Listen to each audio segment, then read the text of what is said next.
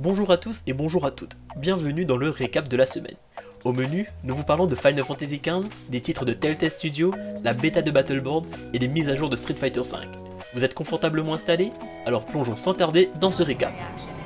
Final Fantasy XV est l'un des JRPG les plus attendus de cette année, si les rumeurs se révèlent être vraies. Toutefois, il n'y a pas que les rumeurs qui circulent. En effet, Hajime Tabata, aux commandes de Final Fantasy XV, nous confirme au travers d'une vidéo que des doublages en français seront disponibles. Il s'agira d'une première pour un Final Fantasy solo. Selon lui, cela permettrait aux joueurs de s'immerger plus facilement dans le jeu. Lorsque l'on sait que les doublages en français sont d'une très grande qualité dans le MMORPG Final Fantasy XIV, on ne se fait pas trop de soucis de ce côté. Pour tout savoir sur Final Fantasy XV, ne manquez pas le Uncovered Final Fantasy XV. We mustn't rush to conclusions. Better explanation for that. Intéressons-nous maintenant au jeu d'aventure de chez Telltale Studios. Le 5e épisode de Minecraft Story Mode sera disponible le 29 mars. Ne vous inquiétez pas, ce ne sont pas les seules nouvelles concernant Minecraft. Ce sera la première fois pour un jeu Telltale d'avoir plus de 5 épisodes. En effet, pas moins de 3 autres épisodes supplémentaires devraient voir le jour cette année, menant le total à 8 épisodes. Nous sommes nombreux à avoir attendu des nouvelles de Telltale Games The Walking Dead saison 3. On apprend selon une interview de Mashable que les mésaventures de Clémentine devraient reprendre cette année. Aucune date précise n'a été annoncée, mais cela nous rassure quand même. Le studio révèle qu'un problème est apparu lors du développement, puisqu'il n'avait pas accès au système de sauvegarde sur le cloud lors de la première saison. Toutefois, il travaille déjà sur une solution afin que les joueurs puissent sauver leur choix.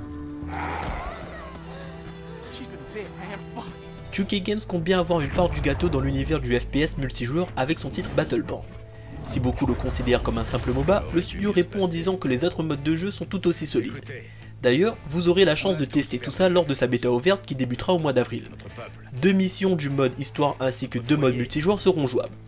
Les possesseurs de la PlayStation 4 auront un léger avantage puisqu'ils pourront débuter le 8 avril. Les joueurs Xbox One et PC devront attendre le 15 avril afin d'y participer. La session se terminera pour tout le monde le 18 avril. Vous avez une petite connexion et vous avez peur de ne pas pouvoir télécharger le jeu à temps. Il sera possible de pré-télécharger la bêta à partir du 6 avril. Il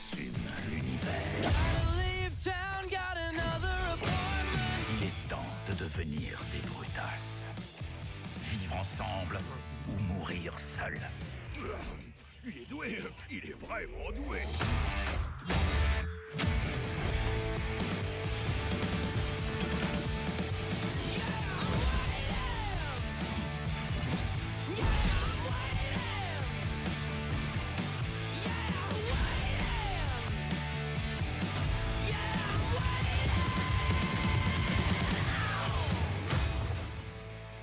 C'est mignon. Vous pensez pouvoir m'arrêter?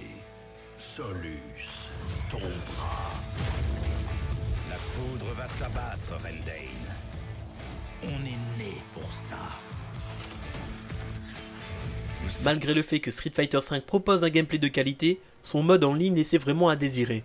De plus, le jeu a été délivré qu'à moitié, puisque la boutique ainsi que certains modes ne sont toujours pas disponibles. Toutefois, tout cela devrait être résolu d'ici la fin du mois. Capcom a communiqué sur la situation, et on sait maintenant que la mise à jour devrait arriver en 2 parties. Le 28 mars, le mode défi sera disponible, et lors des matchs en ligne, vous pourrez relancer jusqu'à 2 matchs contre le même adversaire. Le 30 mars, le personnage Alex que vous avez déjà aperçu dans le jeu sera disponible dans la boutique. Si on était censé pouvoir l'acheter avec les ennemis devises qu'on peut se procurer avec de l'argent réel, Capcom ne souhaite pas désavantager les joueurs qui souhaitent l'acheter avec l'argent in-game. Pendant un certain temps, le personnage sera donc gratuit.